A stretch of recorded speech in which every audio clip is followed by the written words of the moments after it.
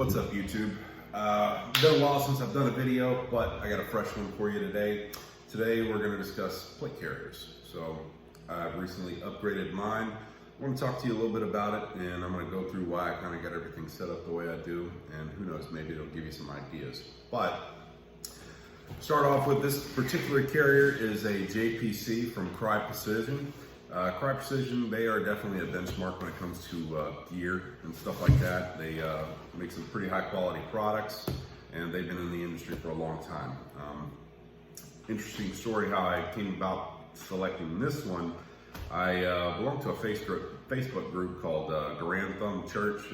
If you watch gun videos, I assume you know who Grand Thumb is. Anyways, there's a lot of gear whores who follow that page and people who really know what they're talking about. And I was kind of on the fence between this JPC, the Slickster from Faro Concepts, as well as the LVL 119, I believe it is, from Spirit Systems. Those are kind of the three that I had, narrowed down my choices to. There are definitely some other options out there, like First Spear. That's another great brand. But I kind of went with those options, and I did a poll on the page, and the JPC kind of edged out the other two. That said, the reality is whatever selection I would have made, I have no doubt that I would have been quite happy with. So if you are looking at something from Faro Concepts, or Slickster is a great carrier, as well as the one from Spirit Systems. But without further ado, I'm going to kind of go front to back here, show you what I got. Now I've got this specific setup set for, because I use this for work. So I've got it set up primarily for a active shooter response kind of thing, which is why I'm gonna have a lot of gear on the front here, because I don't plan on particularly being in a prone position. So I'm really focused heavily on bringing lots of extra ammunition for any type of sustained gunfight, as well as a lot of medical gear in case that I'm gonna be maybe treating not only myself but multiple injured people. So if you're wondering why I went heavy on medical gear and ammo, that's why. But typically what you're going to want to do is you're going to want to run any pistol mags on your belt, as well as maybe any additional extra magazines out to keep it on the cummerbund of your carrier, or maybe even throw it on your belt. That way you can keep the front nice and slick, so if you do have to get down into a prone position, be nice and flat against the ground, you have the ability to do that. It's a little bit harder to do it when it's set up like this, but like I said, my mission set is a little bit different. Now, I'm also going to be using this for upcoming competition in the tactical games. We'll see how I do. But on the back here, I'll just start with the rear. The back, this is a Source hydration pack. It's got a pretty good size. I think it's like a 1.5 liter bladder on the inside. Source is a very notable brand.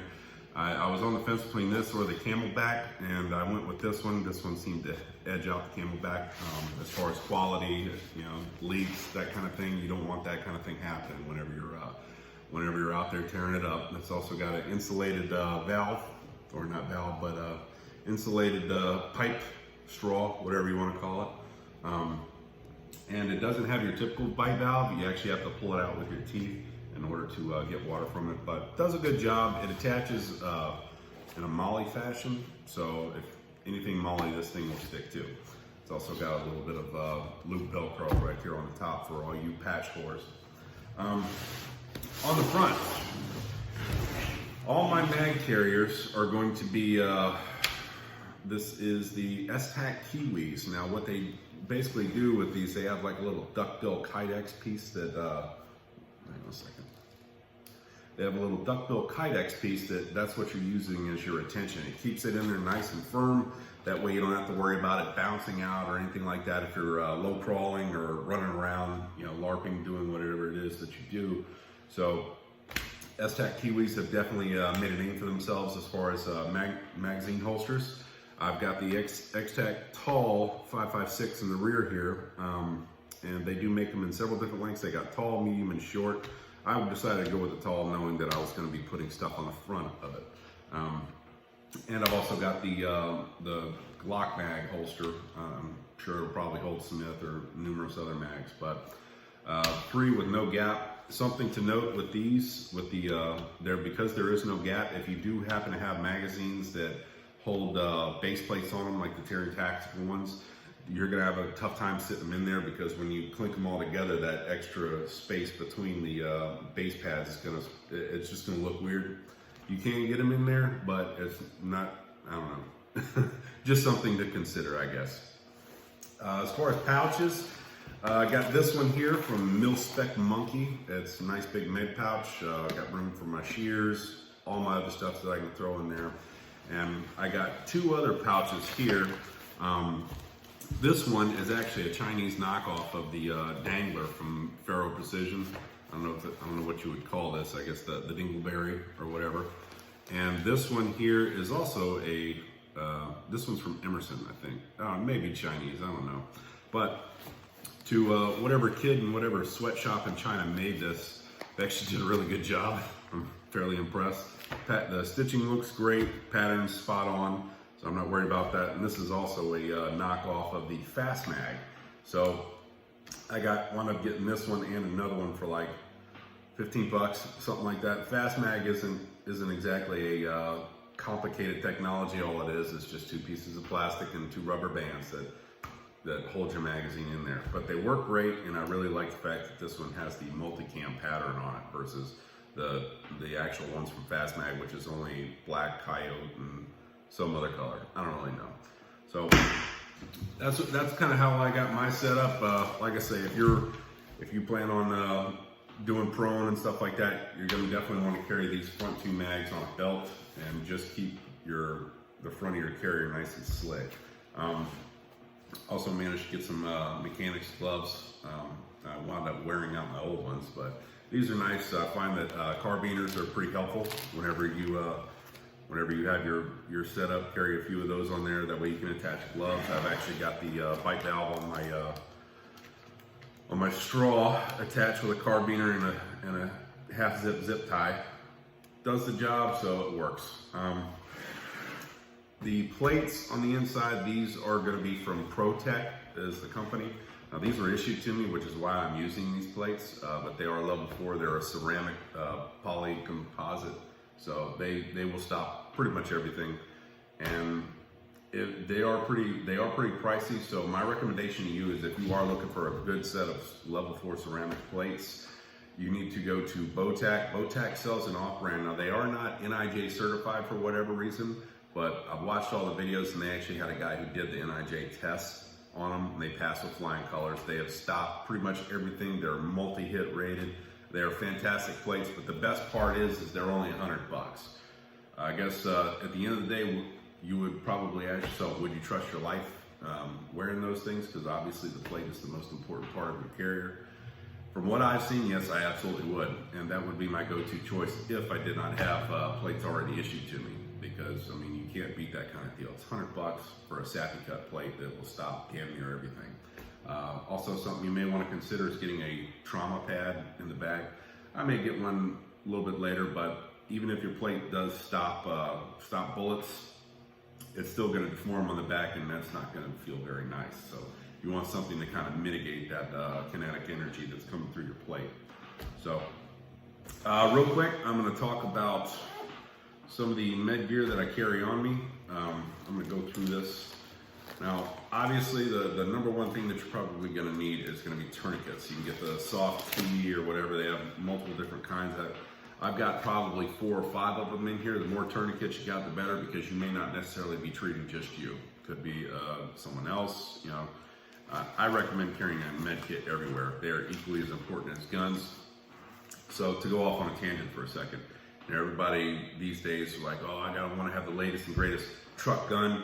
Well, you know what? You need to have the latest and greatest med kit too. I would say that they're probably not just as important as carrying a firearm, but carrying some sort of way to treat a gunshot wound is, you know, certainly vital. You can't fight if you're bleeding out. So I carry tons of Quick Clot on me.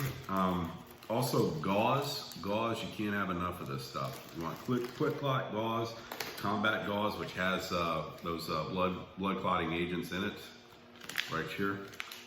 Carry you some of that, maybe some medical tape. You're gonna need shears, which I carry on this side of my pouch. That way, if you need to doff all your equipment or your uniform in order to get to it, all you need to do is just snip, snip, snip, and you're good to go. Let's see. Something else, some more gauze. Most of this stuff is going to be gauze and stuff like that, and wraps, bandages, but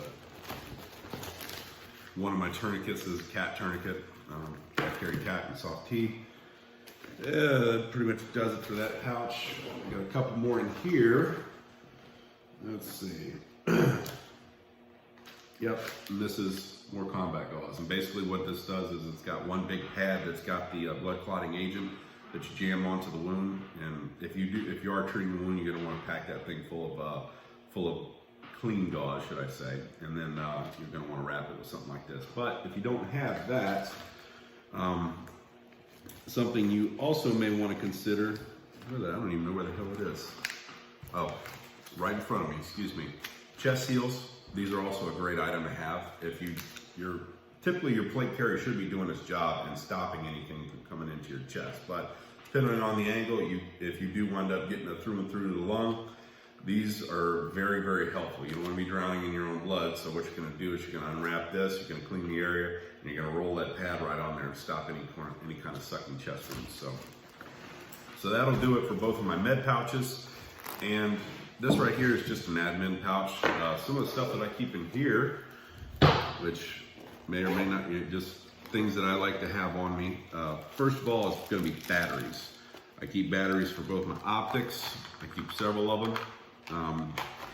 I also keep a window punch and seatbelt cover. That's what this does. This right here is a little bit of oil. I keep these also in some of the grips in some of my guns. And I keep a few more batteries for some of my different kinds of optics. These right here, these are for some of my illuminator reticle scopes. And I also keep lens cloths. Lens cloths help with, they help with anytime you get mud or something like that on one of your optics, you can easily just reach in there and wipe it off. So that's definitely a must-have if you're out in the woods doing your thing. One other thing that I would recommend keeping, or at the very least, would be, what do you call it, anti-fog.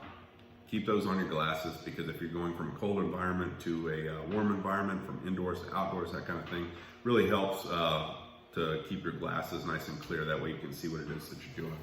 So anyway, I know I got a lot of crap on here, but typically it's going to be, for some of you guys out there, it's going to be arranged in a little bit different fashion. Like I say, I recommend keeping the front as slick as possible. That way you can get crouched down and get into a prone position, as well as climbing over stuff. It's going to be a lot easier for you.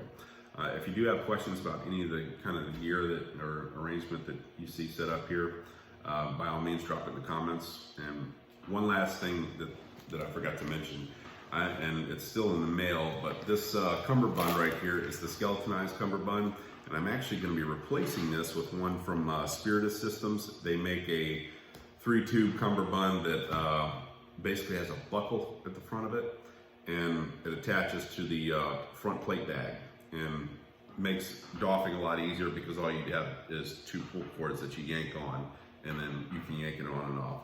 This one, as it is right now, kind of a pain in the ass. You have to remove this front placard in order to take it on and off. So it is a bit of a pain in the ass, and it just makes life a lot easier. So that may be one of your considerations if you do plan on going with the JPC. Now the JPC will run you about 200 bucks, something like that. I got this one for about 175 bucks. I got a little bit of a discount on it, which is nice. Some of your other carriers may be less expensive, but you are gonna be putting more money towards gear. The reality is, in order to get a decent setup just for your carrier and bags and stuff like that, you're probably gonna be looking at around $300 to $400. It is pricey. There's no doubt about that. And there's unfortunately no way around it. You can't cut corners by getting some of your bags off of eBay. If you have no conscience and don't mind it being made by a 9-year-old Chinese boy, well, then you can certainly go pretty damn cheap when it comes to stuff like that. But for the most part, any American-made products, you're going to be looking at about 50 bucks a bag to $40 to $50 per bag, and you're going to It depends on what you're going to carry on you. If you don't feel like carrying a whole lot of medical equipment, you may not need to. Then that's fine. You may only need one IFAK and perhaps one admin pouch. But anyway, that's pretty much all I got. So if you have any questions or anything like that, just let me know in the comments. If you think something I said was wrong or stupid, by all means tell me. I'm always looking for criticism. So anyways, thanks for watching.